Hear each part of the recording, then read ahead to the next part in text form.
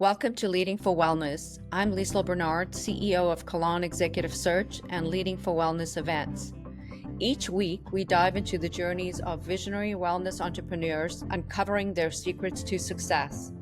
Get ready for insightful conversations that will inspire you to elevate your business and prioritize your well-being. Let's dive in. Men, what if the real reason you're feeling tired, have anxiety, not sleeping well, gaining weight, and just generally feeling you're losing your purpose is not just aging, but a testosterone crisis that nobody wants to talk about? Today, we're going to be speaking about andropause, the male version of menopause. And with me today, I have Paul Frantellizzi, the CEO of Joyful Humans, a supplement company focusing on the gut-brain axis and longevity. Welcome, Paul.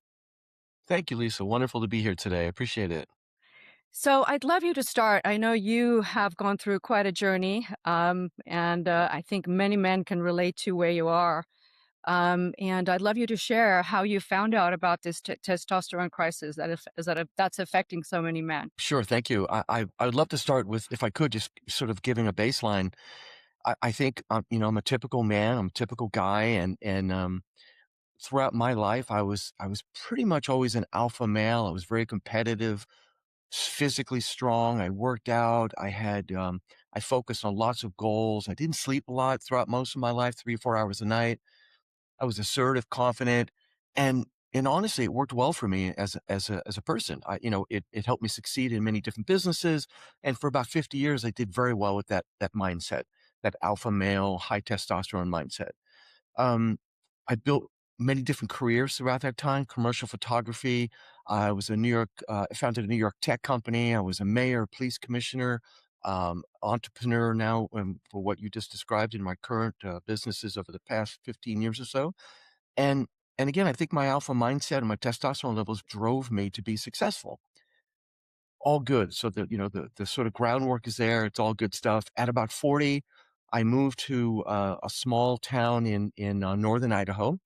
We had about a 7 to 11,000 foot elevation, depending where you were. And my wife and I built a home. We literally built the home from scratch. We logged the wood.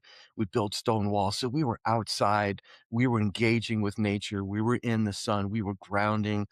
And then we adopted a little boy and we decided to move to Boise, Idaho. And that's when everything for me shifted. I'm about 50 years old now and I start a new business. I am working 18 hours a day. I'm not exercising. I'm not doing all the things I did most of my life. I'm not getting nearly enough sunlight. I'm not grounding. I'm just working day and night. My cortisol levels drive really high. And I find out that my testosterone went from the 900s down to 95. And that was a massive moment in my life, particularly because my doctor said 95 is still within range. You're okay for a man your age. So how does testosterone decline for men? Does it happen, after you turn 30? Sort of what's the trend? Yeah, there's lots of things that can happen. There's a lot of stuff working against us in today's world. It's worse than ever. So lack of exercise, lack of sunlight, lack of grounding. We're eating more sugar than we ever have before. So in the early 1900s, the average sugar intake was about 35 pounds a year for the average person. And nowadays it's 170 to 175 pounds of sugar because we find sugar in every food that we eat. Sugar creates insulin resistance, insulin spikes. That suppresses testosterone. But Um, but just in general, people lose testosterone, maybe 2% a year from age mhm. 30. So even if you do a lot of the right things, you're still going to decrease your testosterone levels, right? It does naturally drop 1 to 2% a year, but there's things you can do, and that's part of what hopefully we'll talk about today. There's things you can do to fight that or push back on that. So that old model of you naturally going to lose testosterone or estrogen as a woman, Mhm. and andropause is a natural process of aging. I think there's becoming a lot more pushback in that. I'm surely pushing back on that quite a lot. I want to get back to my 900 range and feeling optimal, not just normal for my age. Yeah, absolutely. So andropause, is kind of the male version of menopause. Obviously, with Hmm. women, we have very distinct sort of markers that show which phase of our pause we're in. But for Hmm. men, it's sort of a slow decline, and you almost don't start noticing it. You just realize that you're losing your drive, you're starting to gain weight. Yeah. You just don't have that sense of purpose. You're more anxiety ridden. A lot of people also become depressed, right? Mhm. What are the other symptoms of andropause that people might label due to other causes, but it really is part of this whole testosterone decline in men? Yeah, I think you touched upon many of them: depression, anxiety, weight gain, brain fog, low libido, and all of those things I experienced over time. And I kept having a sort of a third person view of myself. I was looking at myself thinking, this is not normal. This is not me. But my doctors kept saying, it's acceptable. It's normal. It's what happens.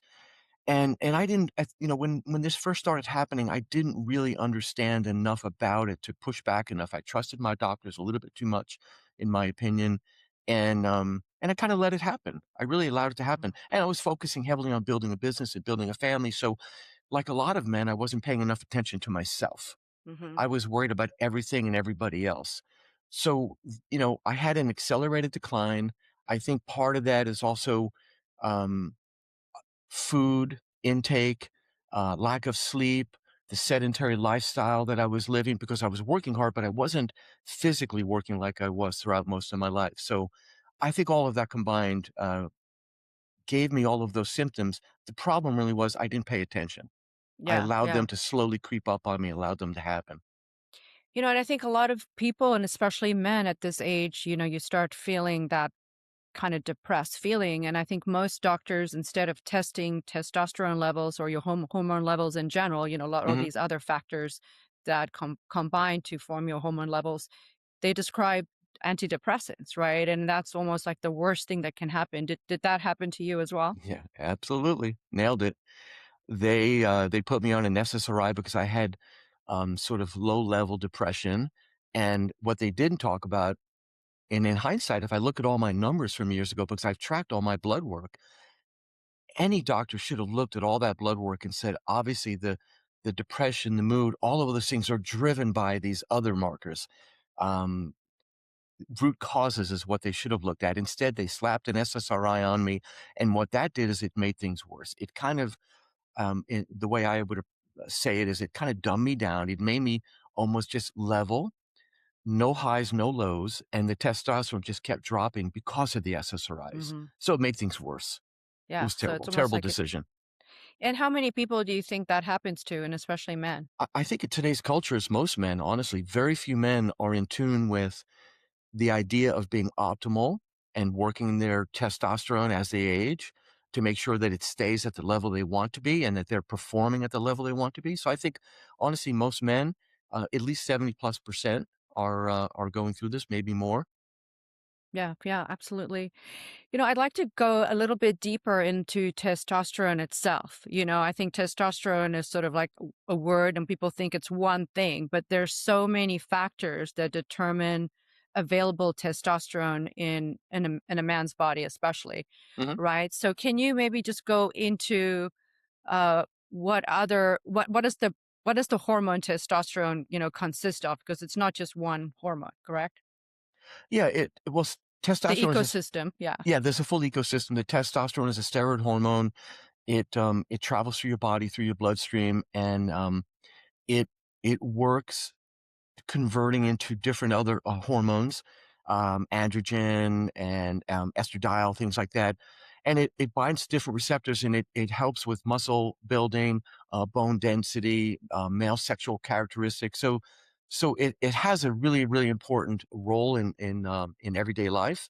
Where else did you want to go with that? I'm sorry. Yeah, no, but I mean, I think if someone says, I want to go test my hormone panels, it's not just Oh, testing your testosterone, right? You got to test your oh goodness, cortisol yeah. levels, your DHEA, Mhm. all these other factors that work together in and creating free Yeah. testosterone or available testosterone in your body.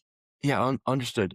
It's exactly, again, what I didn't know when I was going through this. So I looked and I went back before the talk today and I looked at my testosterone blood work. And for years, my doctor tested total testosterone. That was it.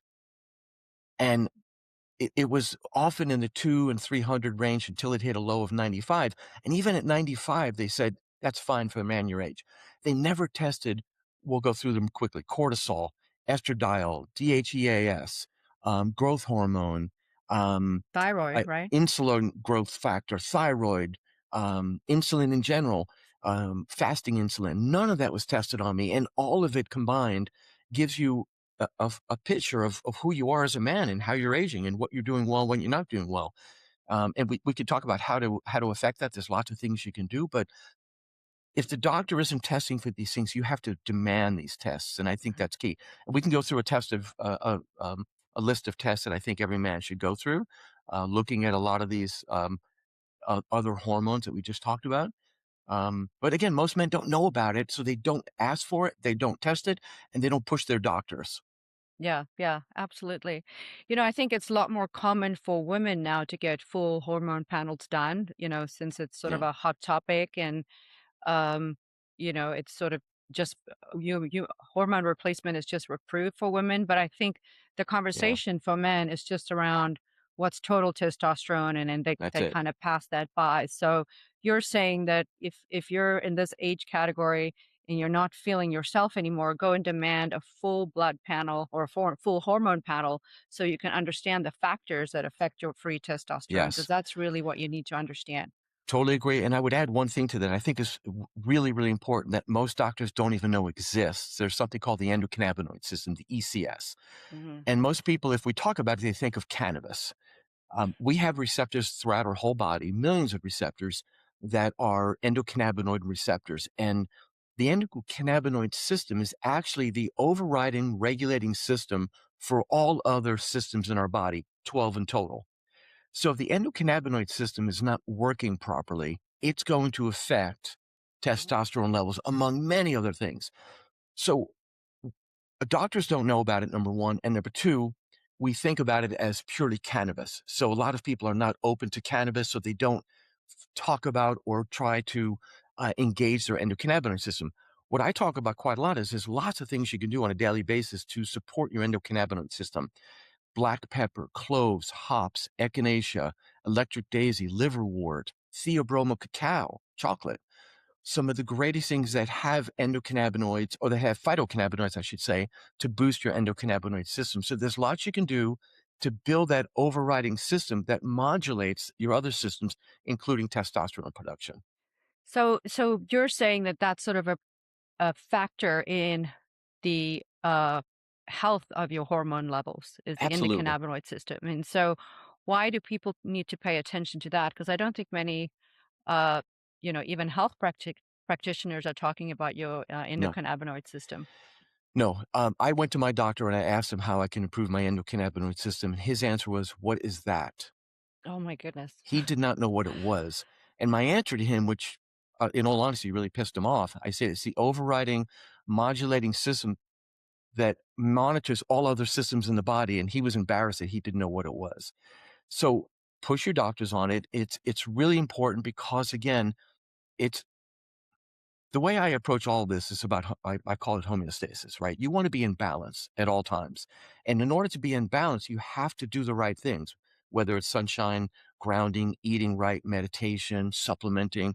If you're doing all those things right, your system is working properly and you're producing the right hormones and the right brain chemistry, fatty acid neurotransmitters, things like that. So it all matters. The endocannabinoid system, I think, is one of the most important because, again, it modulates the other systems throughout your body. And how do you know what you need from an endocannabinoid system?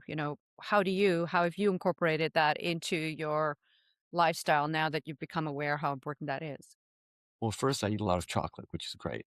So I love that's your chocolate, by the thank way. you. That's a great one. I don't know of any tests to test your phytocannabinoid or endocannabinoid levels, in all honesty. One of the things that we've talked about before, Liesl, is runner's high. Mhm. So there's something called anandamide that your body produces when you're exercising heavily. And your body produces it because it gives you a sense of euphoria, makes you feel good, and it also modulates pain and inflammation. So you know that if you're getting runner's high when you're running, your body is functioning properly, and that means your endocannabinoid system is functioning properly. Other than that, I don't know of any other way to test it. So what I suggest is that you just make sure that in your diet you're adding cacao and clove and hops and black pepper and echinacea and different botanicals to help feed your body with those phytocannabinoids. That's fascinating. You know, just the things that you listed, I think 99% of people don't even know what a clove is, and cacao is maybe just something that they think they take in when they eat some chocolate. Right. But liverwort, I think is another one. Yeah. Echinacea, people only take that when they feel like they're getting sick. But Hmm. these are things that we need to incorporate on a regular basis in our diet to have an optimum endocannabinoid system. Is that correct? How do Sure. you incorporate some of those things into your diet? Because it seems like they're sort of odd things that people want consume on a daily basis as part of their diet. Sure. Supplementation is one easy way. Cacao, of course, if chocolate's the best way to do it, in my opinion, because everybody knows what chocolate is. The key with cacao or chocolate is you want to eat the highest level of chocolate. 85% or higher is great because you're getting all the polyphenols and anandamide is actually in chocolate as well. So black pepper is easy. Clove you can cook with them. So black pepper you can add to So I that's just regular black pepper that you eat on the absolutely. table? Yeah, Okay, yeah, coat interesting, your steak or your hamburger with black pepper and cook it up and do as much as you can to add it to your everyday life. And interesting. supplementation is always, again, always helpful. Yeah, I didn't know that black pepper is actually really healthy for you. We sort of try to avoid salt and pepper as much as possible, but that's Oh, I'm fascinating. I didn't I'm a know that. salt and pepper fanatic. Yeah, I eat salt. I'm a I salt eat fanatic. raw salt, yeah, constantly. And black pepper, the other things as well, but black pepper has something called beta caryophyllene, which is it's a CB2 cannabinoid receptor agonist. It's kind of technical, but black pepper, clove they have both have very high levels of this thing called beta caryophyllene. In our supplements that we make at Joyful, we add beta caryophyllene to all of our supplements. We also add black pepper because it helps with botanicals becoming more bioavailable in your body, so your body absorbs more of that botanical. So, in our supplements, we use a lot of these phytocannabinoids. That's fascinating. I'd like to go now to, there's another section that I wanted to talk about, and that's, total tea versus free tea. Yeah, it's a good one. I think that's still something that's a little confusing for people. And, what is it and why is it important and what affects your free tea? Because as we said before, most doctors only test for your total testosterone levels, which is not, ideal. Yeah, so again, this is where I went wrong, and I think I'm assuming most men are going wrong. 97 to 99% of your testosterone is bound to protein, so it's biologically unavailable. So if your number's high, it looks good, but it doesn't really tell the whole story. Free testosterone, which can be 1 to 3, maybe even maximum 5% of your testosterone level, that's what really matters because that's the bioavailable part of that testosterone that your cells can actually utilize for building muscle, dealing with mood, brain chemistry, libido, cognition. So focusing on total testosterone is important, but really focusing on free T or free testosterone with your doctor is really important. And then also looking at the third one, which would be SHBG, which is sex hormone binding globulin, that also rises quite a lot as you get older. And when it rises, it slows down or stops or locks up the free and um, total testosterone. So you've got to look at all three of those, and we'll go into some other things as well. But test your total testosterone, your free testosterone, making sure you know what your bioavailable testosterone is, your SHBG, and then also for men don't think about this often, but your estradiol. So you want a And small why is amount of that important estradiol for men for to think about estradiol? just for overall balance. Your body needs it. You, as a man, you need a small amount. It's going to be less than women, of course.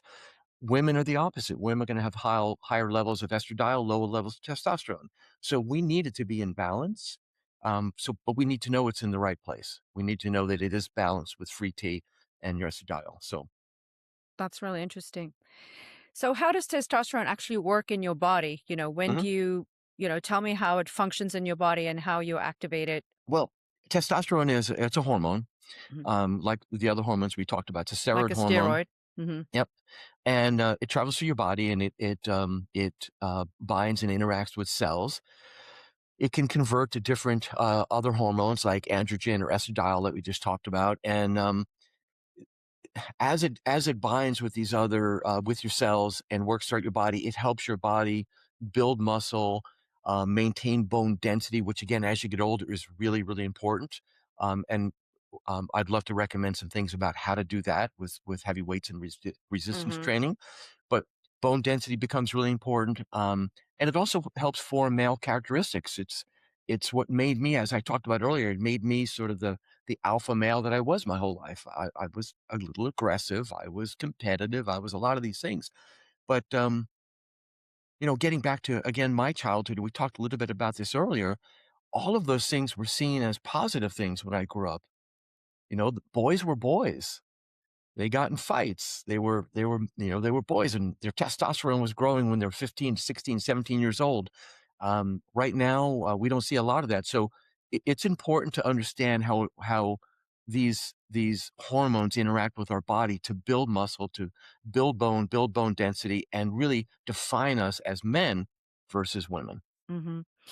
I think there's a few studies out there that show that, teenagers and men in their 20s these days have lot lower testosterone than they did 50 years ago. So what I'm hearing you say is because society is not encouraging men to be manly or aggressive or, you know, uh, Yeah, in that mindset.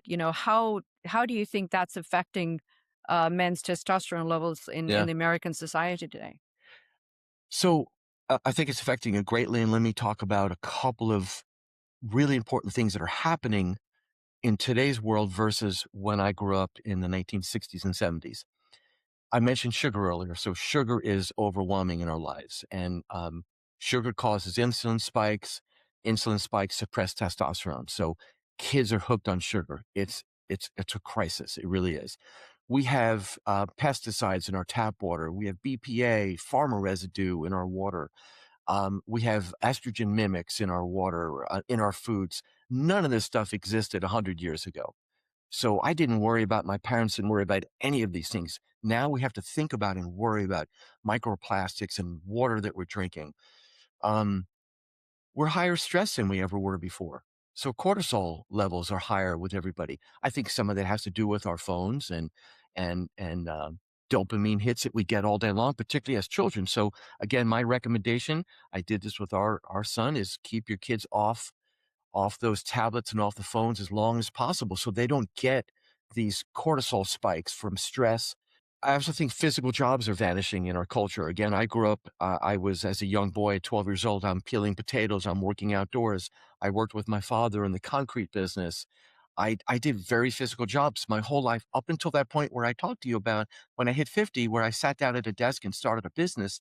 And then suddenly everything started changing for me. So kids are not doing physical jobs anymore. They're on their phones all the time. Um, I think one of the biggest things that's happening right now too is children are being told that, particularly boys, that they shouldn't be driven, they shouldn't be aggressive, they shouldn't have physical dominance. So we're teaching boys to sort of suppress their natural testosterone growth as they go through puberty, and we're teaching the behavioral styles that are not congruent with who they are as young men Yeah, and what yeah. they should grow up to be as young men. And I think some of that comes from, I've heard this myself, and I know we've talked a little bit about this before. The difference between a young man or a man who has high levels of testosterone, who's an alpha male, but who can also be a kind man or kind young person, who could be thoughtful, who can be courteous, all these things, they're not necessarily in conflict. If you teach a young man to be a strong man, but also be kind, courteous, thoughtful, engaging. I learned a lot of this at an older age through microdosing and things like that. So I think a lot of that came to me at an older age. I'm trying to teach a lot of this to my son at a younger age, that he Hmm. could be Hmm. strong, but he can also be thoughtful, kind, and introspective. Yeah, I totally agree. I think fathers are so important to initiate men into manhood. And I Yes. think our Yeah. society is not focusing on that as much as they did, 50, 100 years ago. And, I have two sons that are in their 20s. And I read a book earlier on. They were, early teens or probably younger than teens, called Wild at Heart. Hmm. And it talked about how to raise boys as men and how do you need to allow them to play rough and, get out there and hunt and be in nature and play Yes. games that include guns and, fighting and all that stuff because that's part of being a man and it's part of initiating. And I'm so grateful for that because, Yeah. even though it made me cringe, I allowed my boys to have boxing fights in the backyard and do stuff that, made them feel like men. And I think that, most moms these days thinks anything that has any aggression to it is bad, but I think it's part of, men initiating themselves into manhood. And you're right. I think if dads can teach boys to be strong and purposeful and go after their passions, but also, be self-aware and be kind. And, kindness is a big strength. And I think that needs to Absolutely. be taught more with men as well. So Yeah. I can't agree more. And it's definitely something I think with the American society, everyone being wanting to be equal, men and women, it's doing a disservice to men especially, and it's taking away polarity in so many relationships. I totally agree. I couldn't agree more. And one of the things that I've done with my son, I love hearing your story with your two boys, is I was a very, very tough father on him, a very strong, very alpha male father. But at the same time, I loved him every minute of every day. I kissed him, I hugged him, I tucked him into bed every night. But I let him know I was the man of the house and that there were rules. Hmm. And that was hard for him as a young man because as he's growing up too, he's feeling his own testosterone growing in his body and he wanted to express himself. I thought it was really important to balance that strength as a man, teach him that, but also show him all the love and affection and kindness that it could. I had one way when I grew up. I had a mean, tough, very physically mean father. There was no love, no affection, none of the other side of it. So I wanted to find that balance to break that cycle in one sense with what I grew up with, but also teach him that you can be mad at somebody and you can apologize. And be okay 1 minute later. You don't have to hold on to it. So this is fine balance, and I think testosterone has a big part of that as growing up as a young man is not just running with the the, um, uh, the testosterone and what that brings to you as a young man, but also finding the balance between that, like we talked about, kindness and thoughtfulness and love and affection and things like that. Yeah, and that kindness is a big strength. It takes a lot of strength to be kind in a lot of situations. So, Yeah, and um, letting go of anger, letting go of a problem. In families, we all have them. You know, we yeah, argue, yeah, we fight, we have issues, and I think we kept teaching him it's okay to get angry, and then 2 minutes later, "I love you. You're a beautiful human being. Give me a hug, and put it past you." yeah, yeah. That it's behavior.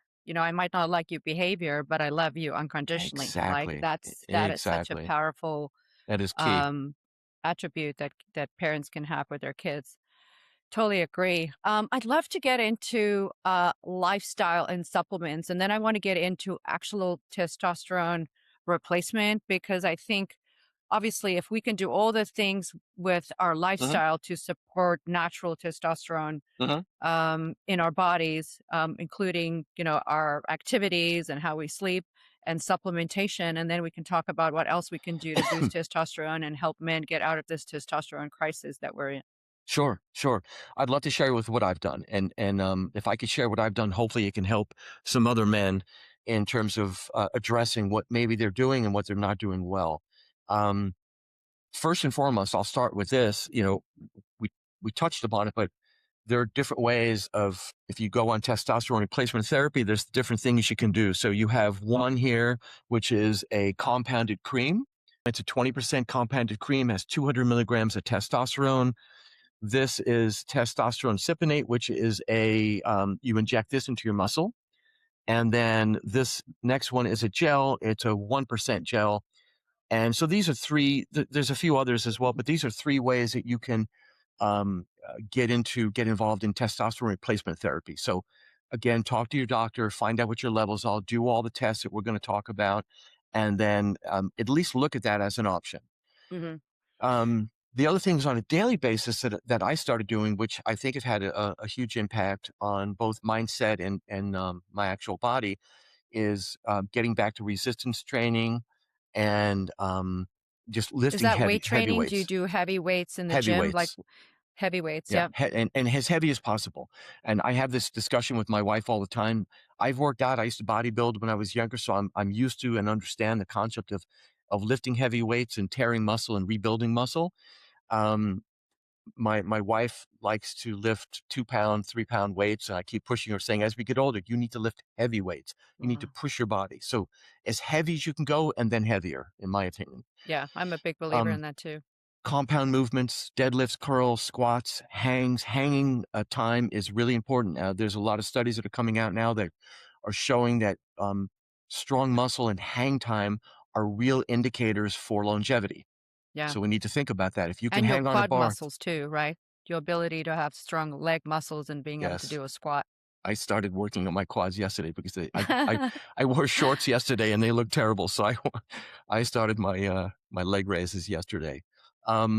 Sprinting intervals. Again, as a runner, I'm used to sprinting. So I think it's really important too for balance, for muscle movement.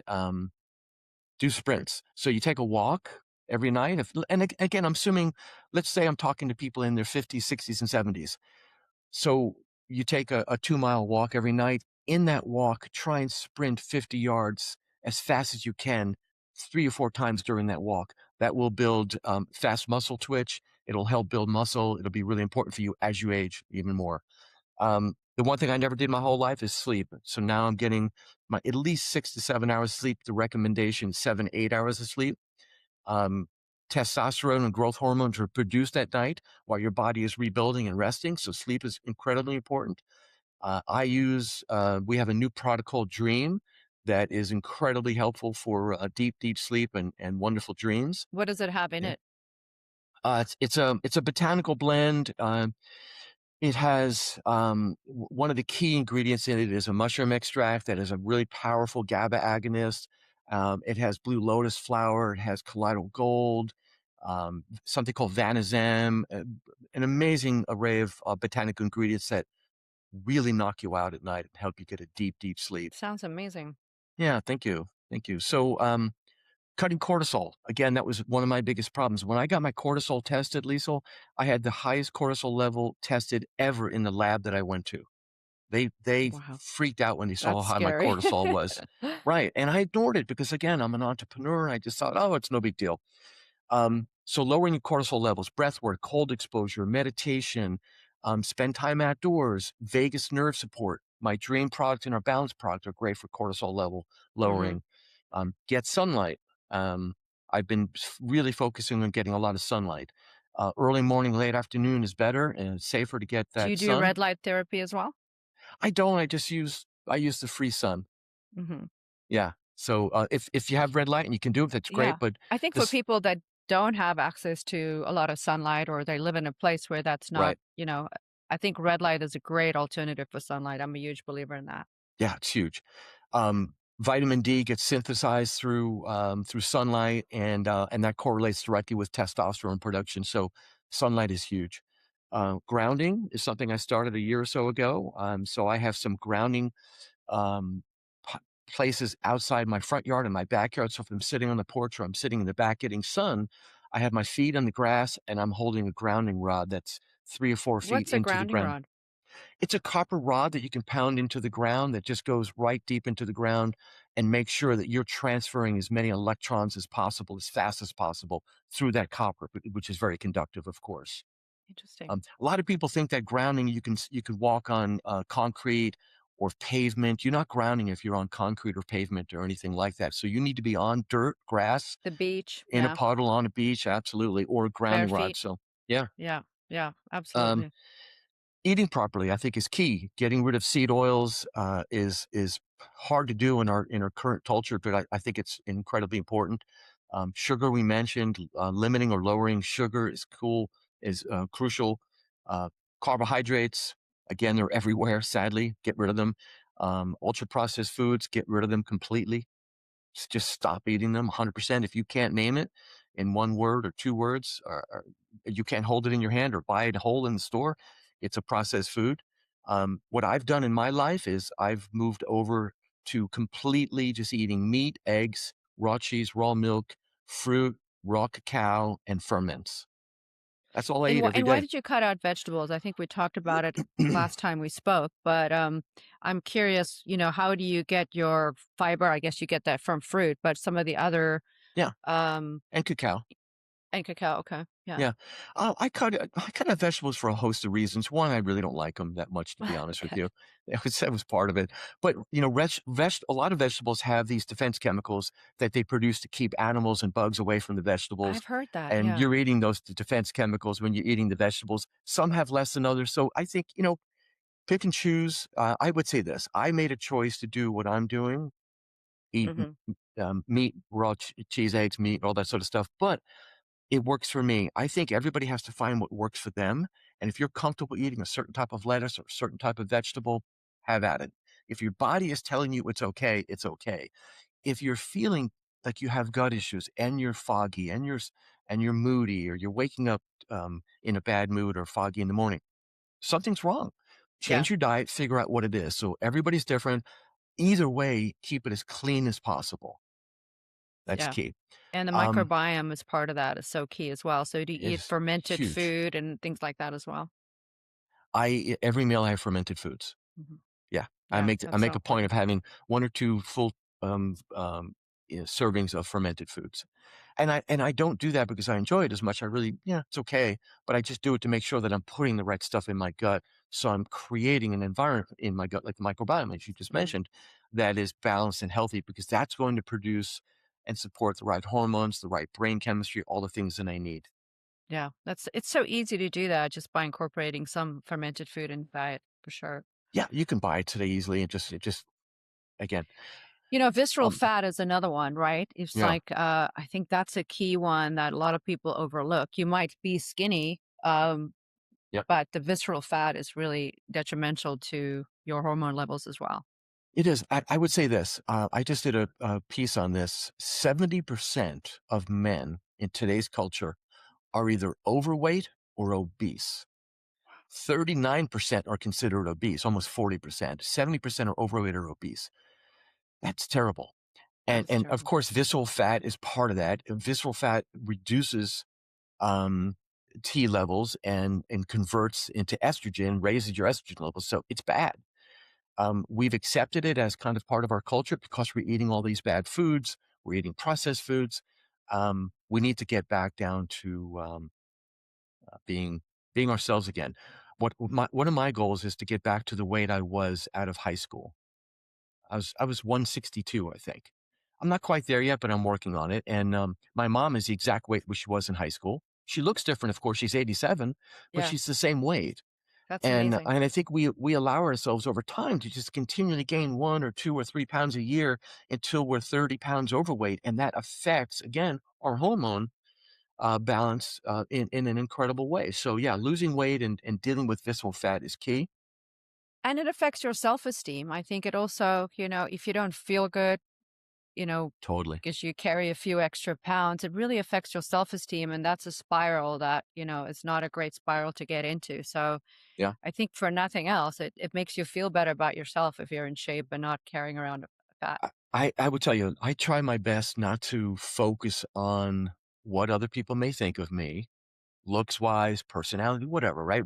I think it's important to be confident in who you are. We all feel it. We all worry about it. I went out the other day and I worked out. I was in the sun. I walked out with a white t-shirt on, and I have to tell you, I felt pretty good. It was kinda nice to be able to wear a white Yeah. t-shirt and feel good about how I Feel proud looked. of yourself. Yeah. Yeah, so it matters, and that comes from losing a little bit of weight. One of the ways I deal with visceral fat and weight gain is I fast. I do an 18-6 fast every day of the week, 7 days a week, so I only eat in a short window, and when I do eat, I eat protein out of the gate, and then I stick with that diet that I mentioned, and Yeah. that's helped me Yeah. a That lot. it's I think fasting or intermittent fasting is great. I think for some women it can actually spike your cortisol levels. Mhm, So I think it's a fine balance, but I think for men especially, I think it's a really great tool for cleaning out your system and absolutely. allowing for that. Yeah, absolutely. I'm on 20 hours right now, so Wow. today I'm on That 20 hours, is. so I need to eat soon. So What about the supplements? What yeah. supplements really affect increasing your testosterone levels? I start with ashwagandha. I do some very male sort of testosterone supplements: ashwagandha, tonka ali, black ginger, fenugreek, um, zinc, magnesium glycinate are really important. But I think omegas are really important. D3, K2. So there's a bunch of things that are all really easy to do from a supplementation perspective. A lot of it you can get through good diet, but things like tonka ali and black ginger and fenugreek, those are amazing for helping building testosterone. And ashwagandha is really key because that balances out your system and helps your body kind of calm and relax and then produce the right hormones. So That's fascinating. ashwagandha is one of the Are key you ones guys for me. creating any supplements at Joyful Humans that's specifically for men and increasing testosterone? Absolutely. We haven't launched them yet, but we've got male, female hormone balance products coming out. We have fermented multivitamins coming out. So, yes, we're very, very focused on this.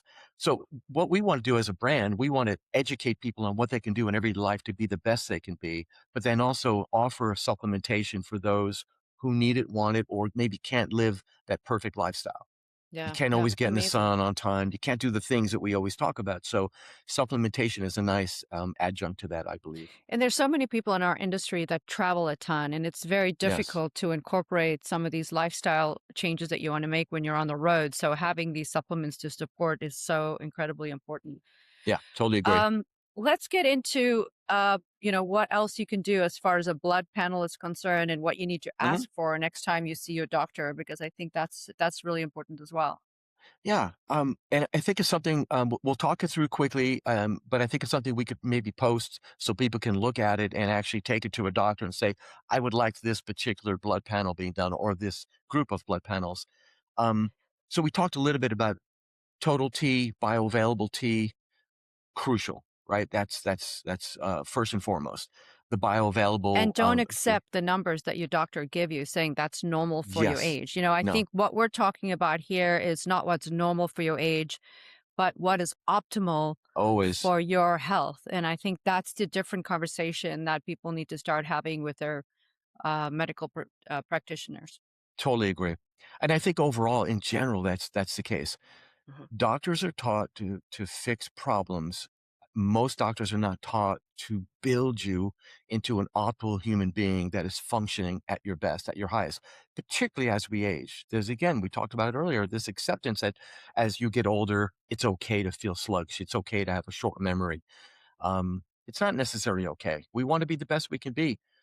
So total T free and bioavailable T, SHBG, hormone binding globulin, estradiol, we talked about, DHEA, steroid hormone, cortisol, we just talked about, insulin like growth factor or IFG1, um, thyroid is crucial. There's a bunch of tests for your thyroid. We don't have to get into all of them, but we'll list them out.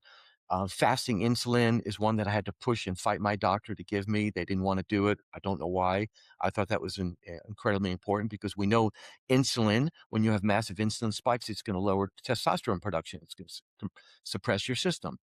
Um, FSH, LH, um, they're basically hormone indicators that will tell you whether you're producing enough or not enough testosterone. C-active protein, which was one that I'm really angry about. I look back on my blood work again, and I saw a couple of years of C-active protein that were skyrocketing high on my tests, and my doctor never said a word to me about it. Wow. And they're indicators of obviously inflammation, Yeah. a massive amounts of inflammation, and my levels were 2 to 3 times the normal. Doctor never said a word about it. Oh my So, goodness. again, So I you could think have prevented your heart attack by looking at those numbers potentially, who you know? knows, right? Who knows what it what was the toll over years of even just subtle depression, mood swings, fatigue, all the things that just sort of build up slowly that, weren't addressed because my doctor didn't tell me, and I didn't have enough information to understand it at the time. So reactive protein, I think, is key. Um, I added to the list cholesterol because I think it's also really important. Total cholesterol, LDL, HDL, and triglycerides, which again deal with inflammation. Um, my cholesterol was out of whack, and it was out of whack at the same time my testosterone was moving. So there's a connection there. And again, my doctor didn't talk about that. So I would keep an eye on cholesterol, and again, ask your doctor what's optimal. How does triglycerides affect high LDL, low LDL? Because the doctor will just generally, and I'm generalizing with this, look at total cholesterol. It's high. You're in trouble. Take a statin. Yeah. And a No, thank you. statin is not necessarily the best thing for your body either. Oh, well, it's going to destroy your testosterone building again. So, and there's a whole host of other potential issues that are coming out now. There's a lot of new studies coming out of dangers of statins. So, I went through this recently where I literally had a blood test done a month and a half ago. First thing my doctor said is, "I want to put you on statins," and I just said, "No, thank you. No. Yeah. Yeah. What can I do to get my cholesterol levels back in balance if they're out of balance? Tell me what I can do. Don't just give me a pill." Yeah. Absolutely. So this is a lifelong game, right? It's not something that Yeah. you're like, oh, I got my test, I'm going to take a few supplements, but this is something that we've got to consider long term, and we've got to incorporate all these lifestyle changes Yep. and then start potentially supplementing with testosterone injections or creams and so forth, and especially as men age, in order to avoid this crisis and this all the symptoms that come with a decline in testosterone. Yep. Can you share a little bit about what you think the long game is for men, wanting to live at their optimum until they're 85, 90, 100? Yeah. I would start with this. I years ago dealt with Lyme disease. And one of the things that I did when I spent 5 years talking to doctors about how to cure my Lyme disease, nothing happened. They couldn't cure me. And it went on and on. I got really, really sick. And then I got mad. I got angry about it and I started fighting it. And within 3 months, my wife and I created a protocol. Within 3 months of getting angry, I was cured of Lyme disease. And I sort of am approaching this lifelong game the same way. Take your health and wellness and your longevity into your own hands. Don't just listen to your doctor. Play offense, right? Get aggressive with it. The man you're going to be at 85 to 95 to 100 is the man you're building now, right? Same for Yeah. women. You're Yeah. Yeah. working on that person every day now. You cannot wait till the last minute to say, oh shit, I should have done something. So get started today is key. Um, know that testosterone levels drive muscle growth, bone density, all these other things. So you've got to get your testosterone in line. Um, optimized is key, but it's got to be in line for all the other reasons.